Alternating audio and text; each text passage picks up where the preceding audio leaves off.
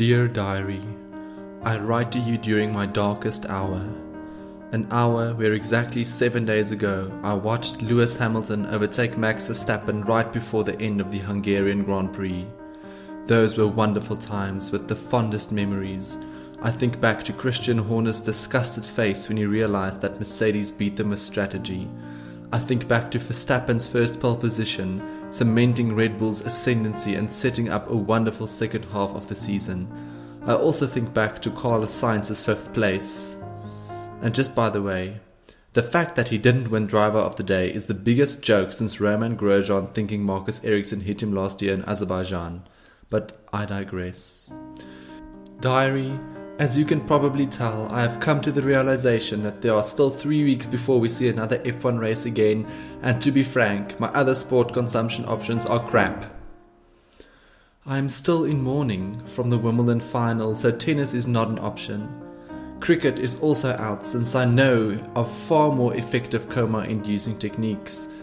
Even football is unacceptable since if I wanted to see some overpaid and overrated sportsmen running about, I'd much rather watch Lance Stroll do a track walk of the Spa racetrack. So, dear diary, in order to prevent others from falling into this dark pit of misery, I will pull myself up by my bootstraps and forge ahead. I will keep serving my loyal listeners with exciting new episodes until the sun shines once more.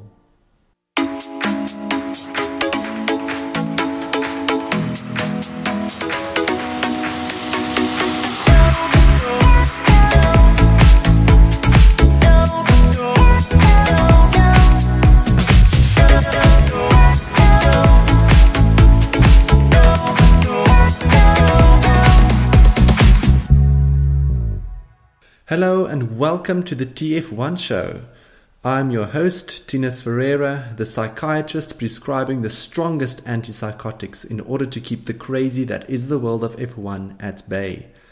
And as you can hear from the intro, the last week has been real tough on me and on most F1 fans around the world. But I can assure you that Valtteri Bottas and Esteban Ocon has had it far worse than the rest of us since D-Day is approaching. If you don't know what I'm talking about, Mercedes Formula One team need to decide who to put in the car next to Lewis Hamilton in 2020. And that's therefore what this episode is going to be about. I'm effectively going to discuss, the options that they have and sort of the things that they're going to consider when making their decision and all of the different moving parts and how all of it's going to fit together at the end. So let's maybe take a step back and set the scene. So for those of you who don't know, Mercedes is the top performing team in Formula One at the moment. And if you didn't know that, then, welcome to Formula One. So Mercedes is the top performing team in F1 and they have one of the best drivers currently in the world and probably in history, Lewis Hamilton, still with a contract with them for this year and then for next year as well. Now, the other seat is currently inhabited by Valtteri Bottas, and his contract is out at the end of the year. So it's very much an interesting time for him and for other potential Formula One drivers in terms of who is going to get the Mercedes seat for next year. And obviously, since Mercedes is the top performing team, this is probably the most sought after seat in Formula One. So this is definitely also why there's been so much interest around, the second seat at Mercedes AMG F1 racing team. So Toto Wolff, who is the sort of team principal of Mercedes, has come out and said that there are effectively two drivers in contention for the seat. The one being Valtteri Bottas, as I've mentioned, the current driver in the seat, and Esteban Ocon, who is a Mercedes junior driver and is currently the test driver for Mercedes. So let's maybe talk about each of them and just sort of highlight, what we know about them and what's currently going on in their lives. So let's start with Bottas. Now, as I mentioned, he's the current driver in the Mercedes car. He's had this seat since 2017, so this is now his 3rd season at the Mercedes team. And I think it's fair to say that up to this point, he's been the perfect wingman to Lewis Hamilton in terms of, especially later on in the championship when things get a bit tight and important. Bottas has been quite good at protecting Hamilton from his opponents and, making some strategy calls work for Mercedes when he needs to make it difficult for, let's say, Sebastian Vettel or Max Verstappen to overtake him, and basically to provide some sort of an advantage to Hamilton during the race. He's been doing a good job at that, I think, over the past few years. And then also, he's been a super qualifier, especially this year. He's really cut Hamilton close. And as we all know, Lewis Hamilton is one of the best qualifiers out there. So Bottas having such a small deficit on average over the year up to now has been really impressive from him. And I think it just shows how quick he is over, a single lap in terms of a qualifying scenario. But now where he has struggled a bit is in terms of, race pace, and most specifically at saving his tires. And not necessarily saving his tires, but just trying, he's struggled at minimizing tire degradation when it comes to managing his race from start to finish, and enabling him to really have the capacity and the capability to be fast at the latter stages of a race and over the last few laps. And there he's definitely struggled a bit when you compare him to Lewis Hamilton. And I think that's sort of been his undoing up to now, if you think about his year as a whole. I think on balance, most people will probably see Bottas as the safe choice for Mercedes. I mean, he is a known quantity. Mercedes knows how he works. They know what to expect. All of the engineers and the other sort of support staff in the team, they know him. They know how to work with him. So definitely, probably the safer choice between the two. Now, Esteban Ocon, he's definitely the young gun, the up and coming rising star, the guy built for the future, and Esteban Ocon is definitely going to fulfill that role in this comparison that we're looking at today. He was part of that talented Verstappen and Charles Leclerc crew in the junior formulae, where they were sort of the three always competing for the wins and for the titles. So he has a bit of credentials when you look at it from that perspective, where he's definitely been sort of classified as one of the top up and coming drivers up until he finally arrived in Formula One a few years back at the Manor team. Now, and it's also worth mentioning that he's the first proper Mercedes Junior that has come through the ranks. And when I say Mercedes Junior, I mean, Mercedes started up their own driver development program, similar to what Red Bull used to do for, say, the last 10, 12 years or so, where they basically sort of support and coach drivers from a very young age, into single-seater racing through the junior formulae, and then finally with the plan of eventually putting that driver in one of the Mercedes cars to obviously compete for them in Formula One. Now, Ocon was the first graduate, if you can call him that, from the Mercedes program. And I think it might play an important part when you consider who Mercedes is going to choose next. And so for 2016 and 2017, 2017 and 2018, Esteban Ocon was part of the Racing Point team, or the Force India team as it was known back then. And what effectively then happened, obviously, for this year, as we all know, he doesn't have a drive at the moment. He's the reserve driver for Mercedes. Is Daniel Ricciardo effectively, when he decided to go to Renault, he threw the whole driver market into a bit of a spin, since Ocon had effectively sewn up one of the seats at the Renault team to partner Nico Hülkenberg for the year. But then obviously Daniel Ricciardo was a proven race winner and a much admired and sought after driver. And then when he decided that he's actually going to come to Renault, then Esteban Ocon's whole house of cards effectively fell in, and then he didn't have a seat in Formula One for this year. So that's effectively why he is not racing this year, but he is doing a lot of simulation work and a lot of testing for the Mercedes team. And I think it's fair to say that he's punted as the future of Mercedes. I think especially him along with George Russell are definitely seen as sort of the future driver pairing for Mercedes.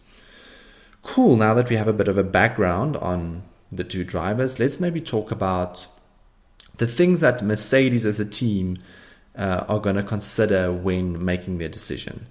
And obviously the first thing that they're going to want is to have the best possible pairing for 2020, so for next year specifically. And that means that they effectively want the two drivers that are going to score them the maximum amount of points over a race season. And what that means is obviously Lewis Hamilton is still going to be their star driver. He's going to be, the money maker or the big point scorer over a season, or at least he's expected to be that. And then the other driver in that case is then going to play the role of picking up points where Hamilton isn't able to, and then also effectively ensuring as many 1-2 finishes for the team as possible, so first and second places. And that boils down to the fact that if Hamilton can't score, then the other driver needs to win. So if Lewis Hamilton has some, a bad day or something happens to him in terms of reliability, the other driver then needs to be able to go and take the win without too much difficulty. So he needs to be able to hold his own still against the best of the best in Formula One and take points away from the other teams. In this case, it's probably going to be Max Verstappen at Red Bull and Charles Leclerc and Sebastian Vettel at Ferrari. Now, the next thing that's going to be really important for Mercedes is to maintain harmony within the team. Now, that then means that the driver needs to be easy to get along with. He needs to be, integrate easily into the team. He needs to know the people there. He needs to know the systems and the processes and just the way things work. And he may not cause trouble with Lewis Hamilton, because we all know how that went when it was Rosberg and Hamilton in the same car at Mercedes, and it was just chaos. And I think the entire team was on edge and it was stressful, and Toto Wolff effectively said never again does he want anything like that. That just leads to negativity, and then the team sort of can't be united in its efforts and in its ambition to be the fastest out there and to maximize results for the team each and every race. Basically very, very important, especially given the history that Mercedes has had with the driver pairing. Cool. Okay, the next thing they're going to look at is, and this is quite an obvious one if you think about it, is just speed, pure speed. Which one of the two is faster? Is it who's faster over a qualifying lap? Who's faster in the race? Who is the fastest guy effectively? And that's obviously quite an obvious one if you're looking for a Formula One driver. So not going to spend too much time discussing that one. And then the last thing, and that's very important for Mercedes specifically, is the future of the team. Now, Lewis Hamilton is one of the oldest drivers currently racing, and that therefore means that he is going to retire at some point. So he recently indicated that, maybe 3-4 years still, that's sort of what he's expecting himself to still, how long he's still going to be around in Formula One. Then that basically means that Mercedes, they're going to need 2 top drivers as soon as he's gone. The show must go on. So when Hamilton leaves, Mercedes needs 2 drivers of an extremely high caliber and capability to be able to fill that gap and to be able to play the role that he used to play. Now, George Russell is the other Mercedes junior, and he's currently at Williams, if you guys don't know. And if you guys don't know that, then again, welcome to Formula One, I guess. And he's also waiting in the wings. So definitely Mercedes has a long-term plan in terms of who the guys are that they're going to want in their team over a couple of years' time. So yeah, going to be interesting to see how they consider all of this in terms of their decision. So now we need to ask ourselves, what do we think? How do Valtteri Bottas and Esteban Ocon stack up against these criteria that I've just sort of laid out? And let's maybe start from the top again. In terms of the best possible driver pairing with Lewis Hamilton, it's an interesting one, I think, this, because you can sort of see it from two different sides. So the first thing is, obviously Hamilton and Bottas get along very well. But Bottas has definitely lost some brownie points with Mercedes as a team, recently, most pertinently, where if you think about Germany 2 races ago, where obviously Lewis Hamilton had a bit of a shocker of a race and he was down in 12th place, effectively out of the race. Then in that scenario, Mercedes really needed Bottas. I think he was running in 4th at that stage or 3rd, I can't remember exactly. They really needed Bottas to score big points to basically recover some face for the team and recover some good points for the team. And he wasn't able to do that. He crashed into the barrier, and then ironically Hamilton actually managed to still score 2 points, where Bottas then ended up scoring 0. And then if you think about Hungary, the Hungarian Grand Prix last week, similar situation where Bottas was on pole position and Hamilton was in second. So, ideally you would want the 2 Mercedes to finish 1-2 in whichever order. But Bottas had a bit of contact with Hamilton, and then he had contact with Charles Leclerc. And then before you know it, he was down right at the back of the field.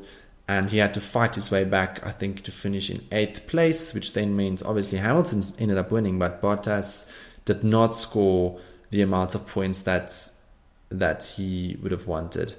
And obviously, apologies, I just realized Bottas wasn't on pole position. He was in 2nd and Hamilton was in 3rd, with Verstappen obviously in pole position, but I digress. So the point of all of this is that Bottas, in terms of maximizing points for the team, he hasn't always been up there. And I think he hasn't always been able to manage that.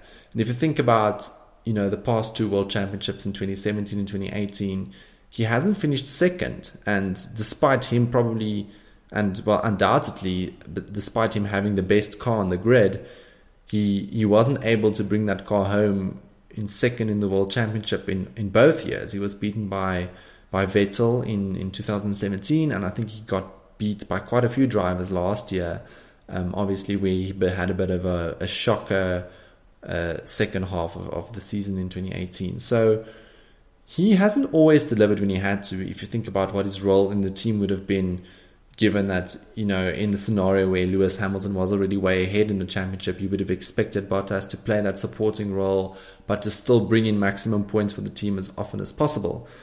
Now this year he's been better. I think he's still 2nd in the championship, although the past few races has been a bit concerning from his perspective, given that Max Verstappen is now, I think, 7 or 8 points behind him. So again, not really that convincing in terms of making sure Mercedes gets the points that it wants, and making sure that a first place in the Constructors' Championship is absolutely guaranteed. Now, another thing about Bottas is he's not the most decisive overtaker. So he's never going to be your guy that, when he starts in 20th place due to some issue or whatever, he's not going to be the guy that's going to slice through the field and be back in the top 10 after the first 5 laps. Something that you'll maybe expect from someone like Max Verstappen or from Lewis Hamilton. But he is incredibly fast over 1 lap. So more often than not, he's going to put the Mercedes up there in terms of the grid and up there in terms of its starting position. So yeah, that's going to be an interesting one. Now, in terms of Ocon and his potential in maximizing a team result, I think the biggest question mark for him is just consistency, because he is still very, very young. So it might be difficult for him, especially at the beginning, to be a consistent point scorer and to, make sure he banks those 1st and 2nd places, during every race. Now, he did, when he was at Racing Point, or at Force India, he did provide a good contest to Sergio Perez. And Sergio Perez is one of the most consistent drivers on the grid. He's really good at making sure that he gets solid, positive results for the team, race in, race out. And Esteban Ocon really was able to challenge Perez over the course of the year and over the course of the championship. So I think he definitely has that ability, but again, he is definitely a bit more of an untested quantity. So yeah, okay, definitely I think that's probably going to be his biggest question mark in terms of how effective he'll be in a car with Hamilton, and how good he'll be at scoring points for the team when it's required. But I think overall, in terms of the most formidable lineup that Mercedes can have, if you consider Hamilton being in the other car, I think Ocon is probably slightly ahead, where it's going to be similar to what Ferrari has at the moment with Vettel and Leclerc, where obviously they have the established multi-world champion in the one car, and then in the other car they have the young, extremely talented upstart who sort of needs to find his feet still. Now, if you think about Leclerc and even a bit, even consider maybe Verstappen a few years back, there are going to be mistakes, but I think Mercedes needs to weigh that up versus, do they want Ocon to be in the car with Hamilton, maybe mitigate a bit of risk that they might still have with having the young Ocon in the car, and allow Ocon to make a few mistakes, but then by the time that Hamilton isn't in the car anymore, Ocon is already sort of smoothed out a lot of these wrinkles, if you can call it that, and has developed a lot as a driver. So yeah, interesting thing to consider. Now the next consideration is the harmony within the team and maintaining the equilibrium and the calm. And I think this is where Bottas scores big. Now, Bottas and Lewis Hamilton get along very well. There hasn't been any conflict between the two over the past 2.5 years. And I think that's a big positive for Toto Wolff, because I think the team operates a lot better under circumstances and in an environment where this is the case. And I think they'll be very hesitant to upset this symbiosis, if you can call it that they're currently experiencing. And I think it's also worth mentioning that Esteban Ocon did not have the best relationship with his previous teammates, Sergio Perez, and he does seem like someone that can be a bit more difficult to work with. And he seems like a bit of a more difficult personality, and someone that's going to try and assert himself in the team and I guess upset the apple cart a bit with Lewis Hamilton, where Bottas is Finnish and calm, and he just, it's not in his nature to really sort of be that assertive, and that could be, I guess, to his detriment as well. But I think in terms of maintaining harmony within the team, Valtteri Bottas is going to be difficult to beat. So I think he wins this round if you consider it from that angle. Now, if you ask ourselves the question, who is the faster one? I think it's difficult to tell. Both Bottas and Esteban Ocon seem to be really fast over one lap. Ocon, I think, was slightly faster than Sergio Perez in qualifying. So, I don't think really you can split them there at this stage. But we won't know how Ocon would have handled the new tyres this year, for example. So, to really draw a parallel, or to draw parallels between Bottas's race pace and Ocon's race pace, I think it's going to be difficult, because we don't really know how he would have dealt with it. So let's just for now call this category undecided. So I don't think there's one or the other that's specifically going to be considered better than the other, I guess. Cool. Now this is the very important one: the future for Mercedes. Now, this is where I think Bottas might be in trouble, since I don't think he will ever be, the star driver that Mercedes will want after Hamilton retires. He isn't going to be the Max Verstappen or, the Charles Leclerc that Ferrari is currently grooming to fill that role eventually. And I think that is Bottas' biggest problem, because Ocon might be the star and Russell has that possibility as well. And we've already sort of seen shades of George Russell in Hungary last week, of how good he could potentially be. And by the time George Russell joins the team in a few years' time, Mercedes won't want two newbies in the team.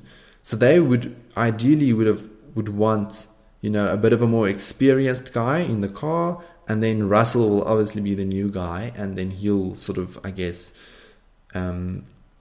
pick things up and sort of learn to get up to speed with whoever else is in the team at that point. And as I've mentioned before, Esteban Ocon, along with Charles Leclerc and Max Verstappen, he's one of the top drivers of his generation. He's been a guy that, people have been fighting over for years. He's one of the top juniors, and Bottas, he was as well, but he's never been sort of one of those very highly rated drivers, especially if you think about his career in Formula One. He's definitely a very fast driver. He's definitely, rated very highly, and he can put in very good performances when need be. But he isn't in that Verstappen, Vettel, Hamilton category. He's just not going to be there. So when Hamilton retires, is Bottas going to be enough for Mercedes? I don't know. It's interesting. And I think the other thing to keep in mind is Bottas, he has had his chances to prove his pedigree over the past 2 years. But, and I guess it is, having Hamilton as a teammate is a bit of a career killer, if you can call it that. But Bottas had the opportunity. He's now had 2.5 years to show that he can be the lead driver. He can be, the driver that's going to go and win the championships for the Mercedes. He's going to be the driver that'll drive wheel to wheel with Max Verstappen and with Charles Leclerc and come out on top and win the race against all odds. And I don't think he was able to do that. I mean, he had the faster car and he didn't beat a couple of drivers last year for the championship. And I know he was sort of demotivated and a bit psychologically dead after, being relegated to being basically the supporting act to Hamilton last year. But I don't know. Up to now, I haven't seen Bottas have that little bit of golden dust that you need to really, really be, a lead driver in a lead team, the face of the team, the guy taking the team to the championship. And yeah, I just think Ocon will probably be Mercedes' best bet for the future. If you look at, the two of them, if you weigh Bottas up against Esteban Ocon, I think he's probably going to be their better bet. But I guess we'll see what they decide. Now, the other thing we need to ask ourselves is, given all that I've mentioned now and everything that Mercedes is thinking about, where will these two go if, for argument's sake, or not for argument's sake, when one of the two don't get the drive, where will they go? So from Bottas' perspective, he has already come out and said, listen, he has a plan B and a plan C. Don't know what they are, but he sort of offhandedly mentioned that, if he can't be at Mercedes, he'll have to go to the next best team, which is Ferrari or Red Bull now in this case. But I mean, I don't think they're going to have a spot for him next year. Maybe Red Bull if they can't find a good Gasly replacement, but I mean, that's extremely unlikely because there are some very promising other drivers that will probably promote into that seat first before they go to Mercedes' leftovers effectively. So I don't think Ferrari Red Bull is going to work out for Bottas. I think the most probable place that Valtteri will go if he doesn't get the Mercedes seat is Renault, if they decide to not keep Nico Hülkenberg, which I guess is still also a bit up in the air. But yeah, I think the problem for Bottas, I think, is what I've mentioned already, that while he was at Mercedes, he was good, but he wasn't brilliant. So I don't think, his performance there was such a slam dunk where if he is a free agent, other teams are going to really, really fight to get him. I think a lot of teams will be happy to have him, but I don't think it's going to be like a situation where, if it was Fernando Alonso looking for a seat, a lot of the teams that have been like, listen, no, they want him. So, yeah, I think it's going to be interesting to see what plan B and C are for Valtteri if he doesn't get the seat, but I guess we'll have to wait and see. Now, Ocon, again, for Ocon, I also think Renault is going to be his best bet if Nico Hülkenberg isn't retained, especially given that he effectively had an agreement with Renault last year to drive for them this year, but then Daniel Ricciardo went and, threw everything into disarray. I think another option for him will maybe be Haas if they decide to fire Roman Grosjean. But I think the important thing here is that Haas is quite loyal to Ferrari, since they are a bit of a customer team, if you can call it that. And they won't be keen to have effectively a bit of a lone driver for Mercedes in Esteban Ocon. So again, I think for both Bottas and Ocon, unfortunately, if they don't get the Mercedes seat, their options are going to be limited. And I think it will be a bit of a travesty if Esteban Ocon doesn't get a Formula One drive for next year, since he is really, I think, one of the top talents, up-and-coming talents in F1. And I'd really love to see what he's capable of doing in a bit of a faster car. Now, before I sign off, I guess I have to come to a conclusion and say, what do I think Mercedes is going to do? And at the moment, I think they're going to go with Esteban Ocon. I think they need to start seeing the fruits of the young drivers program that they've invested so much in. They've poured so much money and resources into Ocon already.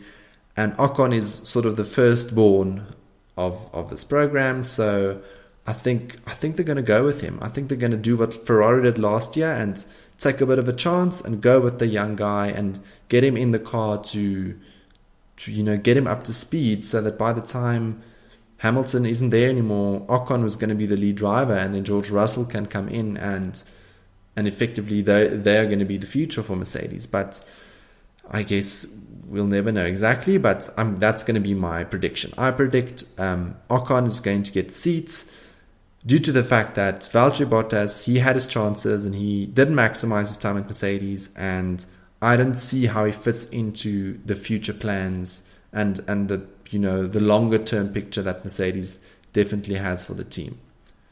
So there you go, my 2 cents on the big decision that Mercedes has to make. Obviously, I'm going to be super curious to see what they decide, and I guess I have to ask you, dear listener, who do you think is going to get the seat?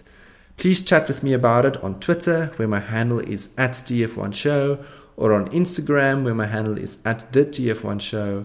As always, please subscribe if you enjoyed the episode and leave a rating or a comment if you have to express your opinion on the podcast. I'll be back next week to fill the large void in our hearts that F1 leaves during the summer break. Cheers till then.